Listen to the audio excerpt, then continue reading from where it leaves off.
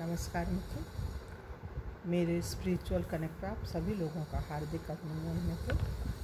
आज मैं आप लोगों को नारद भक्ति सूत्र में सूत्र नंबर 21 के बारे में बता रही हूँ मित्रों, तो इसको ध्यान से सुनिए। तो चलिए हम लोग शुरू करते हैं सूत्र नंबर 21 के बारे में।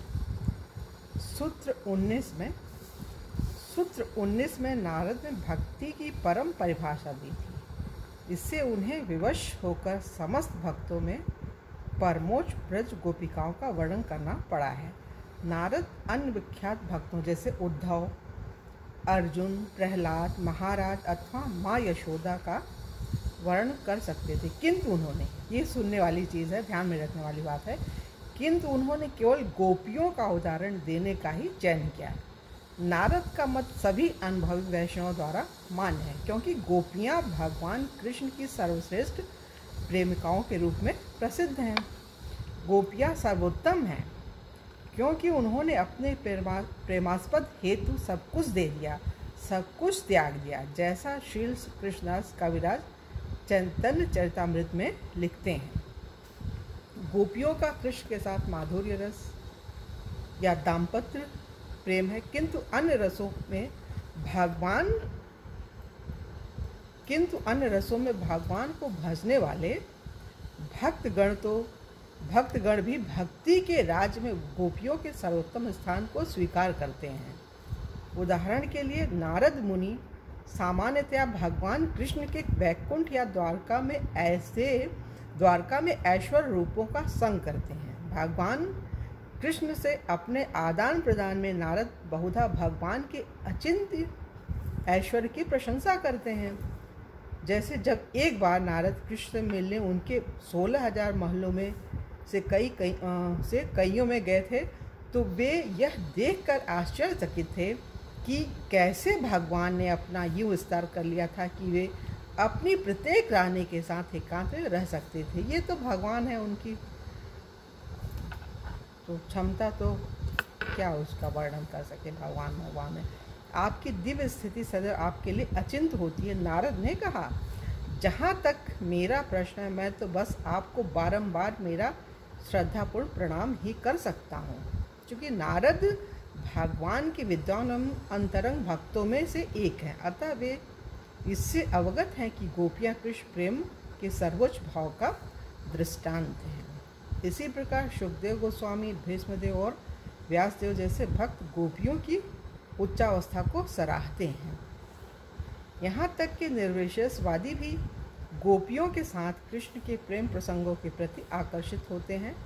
यद्यपि वे उन्हें समझ नहीं पाते। वृंदावन की गोपियों की प्रशंसा का प्रयास करते हुए एक निर्विशेषवादी स्वामी कहता है, गोपी लीला प्रेम धर्म की परिणति है, जिसमें पृथक व्यक्तित्व विलीन हो जाता है एवं समागम हो जाता है। किंतु यह तथ्य नहीं है कि व्यक्तित्व विलीन हो जाता हो, न तो गोपियों के लिए और न ही किसी अन्य जीव के लिए। जैसा हमने ऊपर निर्देश दिया है, भगवान कृष्ण स्पष्टता एवं बारंबार कहते हैं कि उनका एवं जीवों दोनों का पृथक व्यक्तित्व नित्य रहता है, किंतु गोपियों का अपना स्वार्थ पूर्णतः विलीन हो गया था। उनका स्वार्थ कृष्ण के स्वार्थ से पूरी तरह एक हो गया था। मतलब प्रेम में तो बोला गया ना, प्रेम गली अति साकरी तामे दो न समाये।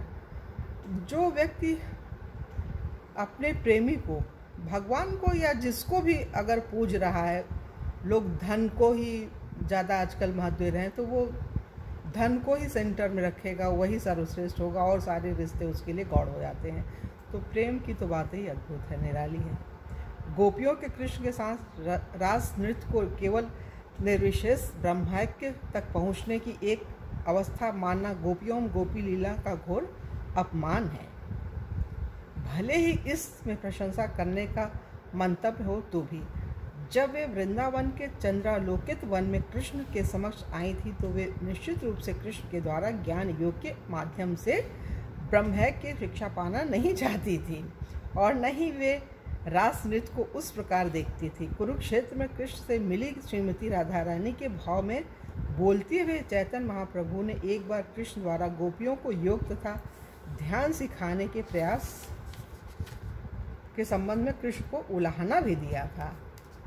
मेरे प्रिय कृष्ण, अब सुनिए मित्रों, मेरे प्रिय कृष्ण, पूर्व में जब तुम मथुरा में रहते थे, तुमने मुझे योग तथा ज्ञान सिखाने हेतु उद्धव को भेजा था। अब तुम स्वयं वही बात कह रहे हो, किंतु मेरा मन इसे स्वीकार नहीं करता।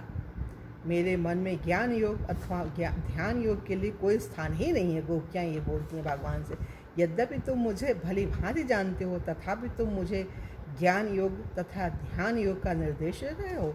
ऐसा करना तुम्हारे लिए ठीक नहीं है। मैं अपनी चेतना को तुमसे दूर ले जाकर भौतिक क्रियाओं में लगाना चाहती हूँ, किंतु मेरे प्रयास करने पर भी मैं ऐसा नहीं कर सकती। मैं स्वाभाविक रूप से केवल तुम्ही से आकर्षित हूँ, अतः तुम पर ध्यान लगाने के तुम्हारे निर्देश नितांत हास्यास्पद हैं। मुझे अपने निर्देशों का पाठ समझना तुम्हारे लिए अधिक अच्छा नहीं है। ये चैतन्य चरितामृत में लिखा हुआ है मित्रों। यहाँ पे ये 21वां सूत्र पूरा हो रहा है और कल की वीडियो में आप लोगों से पुनः 22वें सूत्र के बारे में चर्चा करेंगे। और तब तक के लिए मित्रों, आप लोगों से एक अनुरोध है, मेरे स्पिरिचुअल कनेक्ट को यदि सब्सक्राइब ना किया हो तो सब्सक्राइब कीजिए और ज़्यादा से ज़्यादा लोगों को शेयर भी कीजिए मित्रों इस वीडियो को, जिससे सबका लाभ हो, सबको भक्ति की प्राप्ति हो। और भक्ति बहुत सरल है, सहज है।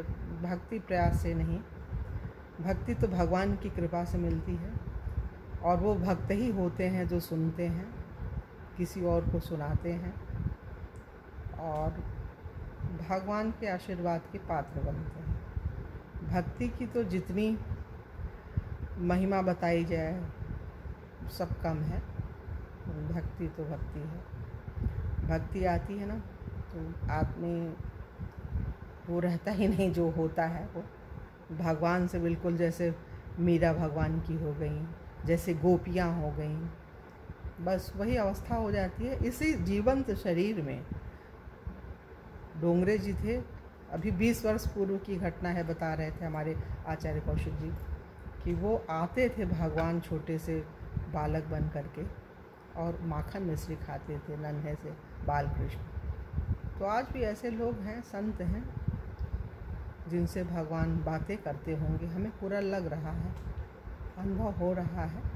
और अनुभव कहीं गलत नहीं, क्योंकि मन तो मेरा भी लगता है। कथा सुनो, भगवान की ही बातें चारों तरफ हों और वही चर्चा अच्छी लगती है। भगवान की कथा सुनो, कथा कहो, भक्तों का संग करो, बस उसी में मन लगता है, अच्छा भी लगता है। तो इतना भक्तों का तो इतना बड़ा इतिहास है ना।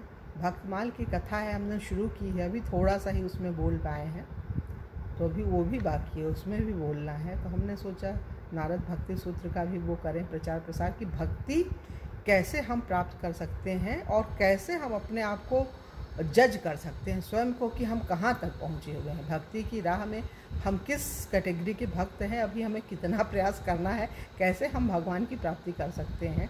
तो इसलिए हमको ये थोड़ा ज़्यादा वो लगा प्रासंगिक अपने हिसाब से और लोगों के हिसाब से, तो हमने इस पर बोलना शुरू किया। अभी वो अभी पूरा हुआ नहीं, बोलेंगे उस पर भी, और भी बहुत सारी चीज़ें हैं, तो बोलते जाओ तो कम ही लगता है मित्रों को, इसमें क्या बोलें।